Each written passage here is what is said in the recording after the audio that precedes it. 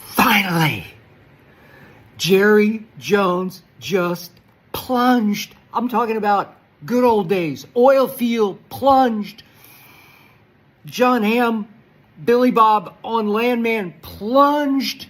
Finally, it's been so freaking long since Jerry Jones actually plunged in a draft, went high risk, high reward, plunged in free agency, high risk, high reward. He just plunged for George Pickens. It is highest risk, highest reward. I give Jerry Jones the highest marks for just trying here. Oh, man. But this is desperate. This is deliciously desperate. I'm going to give this trade a thumbs up. I'm Ron Burgundy. I can't quite go up because there's great news and there's bad news. Let's start with the great news. I couldn't draw up, I couldn't create, I couldn't go laboratory and design a receiver who better fills the bill for the Dallas Cowboys, who better plugs the gaping hole opposite CeeDee Lamb for the Dallas Cowboys than George Pickens at barely 24 years of age. George Pickens has proven to be, over 3 years, something that a lot of people didn't think he would be because he went 52nd overall in the draft down near the bottom of the second round. He did so because he ran just an okay 40, 4.47, so not blazing speed. He had issues at Georgia. He got suspended twice at Georgia, once for violating team rules and missed a half, once for getting in a fight with the kid from Georgia Tech and missed the first half of the SEC championship game against LSU. But even though he went 52nd overall, he has proven in 3 years to be the best deep receiver in pro football. That's exactly what we don't have opposite CD, who is he's turned into more of a possession receiver. He can get deep occasionally, but he mostly just beasts. I think he's the best receiver in football, the most productive receiver in football, because he will snatch it and he will run it down your throat. But more on mid-range routes than deep routes. He needs somebody to, the old cliche, take the top off the defense on the opposite side. Somebody that you have to honor and respect on the opposite side who can burn you deep. George Pickens just has a nose for the deep ball and for the end zone, and I love that about him. He's got the best deep ball skills in the league. You know what his skills remind me of? Travis Hunter skills. And I'm not exaggerating, embellishing. I'm not going over the edge, over the top here. George Pickens' skills, his ball skills, his see ball, track ball, snatch ball out of the sky skills, they're Travis Hunter-like skills. They're circus catch skills. You want to talk about catch radius?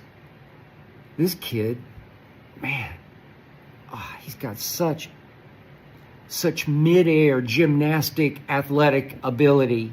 He can catch the deep ball, even though he doesn't have classic deep ball run-by-you speed. 50-50 balls, he's going to catch it deep.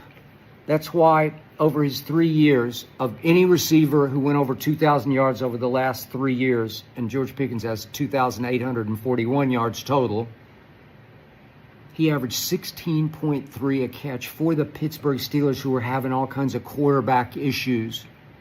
Nobody great to get him the ball deep.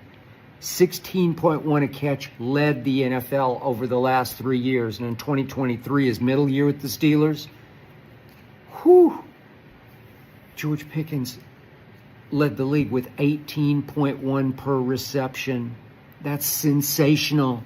That's thank you, God. That's the kind of X Factor addition who can turn the Dallas Cowboys immediately into at least a threat to be a playoff team in a division that is loaded with playoff potential, because the Eagles are going to make the playoffs. The Washington Commanders I just might pick to win the whole thing this year because they're going to make the playoffs and they're going to be even better than they were last year with Jayden Daniels as the greatest rookie quarterback I've ever seen.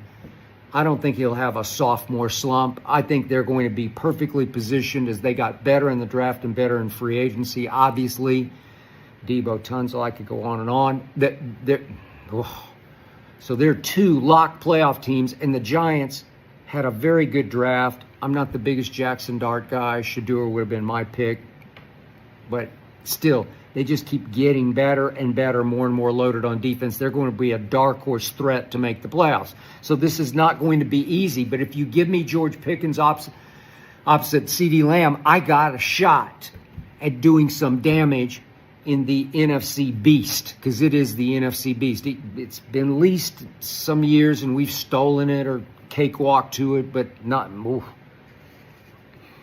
We now have a chance to make the playoffs in the NFC Beast. Now for the bad news. The great Mike Tomlin, I've said many times, one coach I'd like to play for in the NFL. If I could play in the NFL, I'd want to play for Mike Tomlin.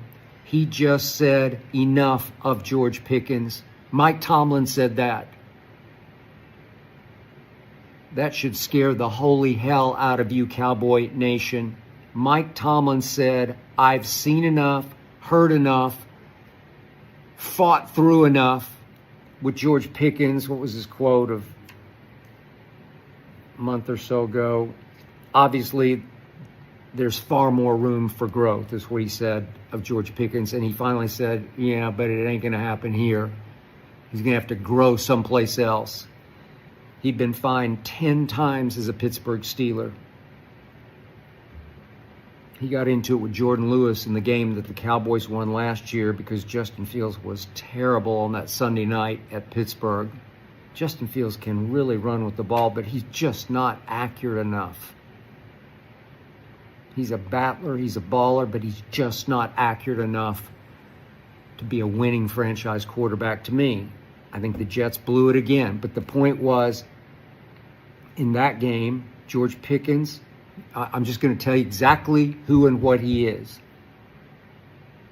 He is a thin-skinned, hot-headed diva of a receiver. Almost every receiver I've ever dealt with in my many years knowing the National Football League has at least some diva, if not a whole lot of diva in him. They just do. It's the all-time diva position in the history of sports, even more so than any NBA position. But this kid is a problem waiting to happen. And he happened at